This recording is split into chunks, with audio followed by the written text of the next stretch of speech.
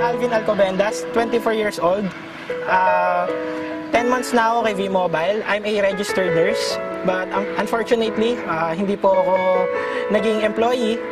Naging volunteer nurse po ako for around 1 year din po. Pero hindi po talaga sinuwerte. Nalaman ko po si V-Mobile noong April 2011. Nagpe-Facebook ako. Nakita ko yung Hi Friend video. Kinontak ko kung sino yung nakapangalan doon sa video. Nagkataon si Mr. Ramil Aznar, yung team leader namin. Pero wala pa akong budget noon kasi umaasa ako sa parents ko na binibigyan lang ako ng allowance.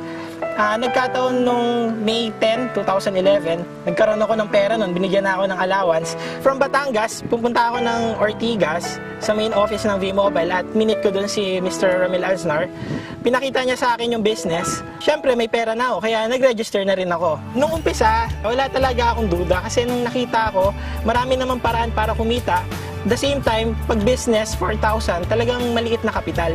Yung buhay ko before V-Mobile, sobrang normal lang. Talagang everyday commute lang kasi wala akong sariling sasakyan. Talagang allowance ko sa parents ko pa hinihingi. Registered nurse na ako, pero sa magulang ko pa rin ako dumedepende. Doon talaga parang naramdaman ko na kailangan, imbes na maging pabigat ako, kailangan ako naman yung nakakapagbigay sa kanila. Nakuha ko yung first check ko noong June 2011. So, 1 month na ako noon sa V-Mobile. Nung una kong nakita yun, talagang masaya ako kasi hindi pala talaga scam to si V-Mobile. Totoo pala to kasi mismo nung pinapalitan ko yung cheque, pera talaga yung hawak ko. Kaya masaya ako nun. Ang naitulong sa akin ni V-Mobile, syempre unang-una financially. Imbes na humihingi ako sa parents ko ng pera, ngayon ako nakakapagbigay na ako sa kanila. Hindi lang yan, meron na akong savings. The same time, mga gamit, damit, nabibili ko na. Nakakakain na ako sa mga gusto kong restaurant. Dito ko nabili yung una kong laptop. The same time, bumili rin ako ng projector kasi kailangan yun pag nagpe-present ka. Hindi lang yan. Siyempre, itong bago kong sasakyan, isang 2012 Toyota Fortuner.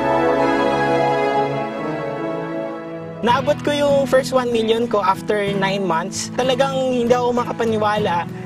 Talagang nagugulat ako. Pero masaya ako kasi talagang lahat ng pinagpaguran ko, may resulta pala talaga. Kaya sobrang sarap. Totoo talaga si V-Mobile. Kahit kami dati iniisip namin na scam to. Kasi ganun talaga mga Pilipino. To see is to believe. Nung nakita ko na may pera pala talaga dito kay V-Mobile, doon ako naniwala na totoo pala si V-Mobile. Pagpatuloy nyo lang kung ano yung nasimulan nyo. Talagang sipag at tiyaga lang ang katapat nito. Kahit na sobrang daming rejection sa akin, hindi ko pinansin, tuloy-tuloy lang. The same time, yung pagiging matulungin nyo, gawin yung bukal sa loob nyo. Kasi kasunod nun, habang tumutulong ka, kumikita ka na rin dito sa V-Mobile.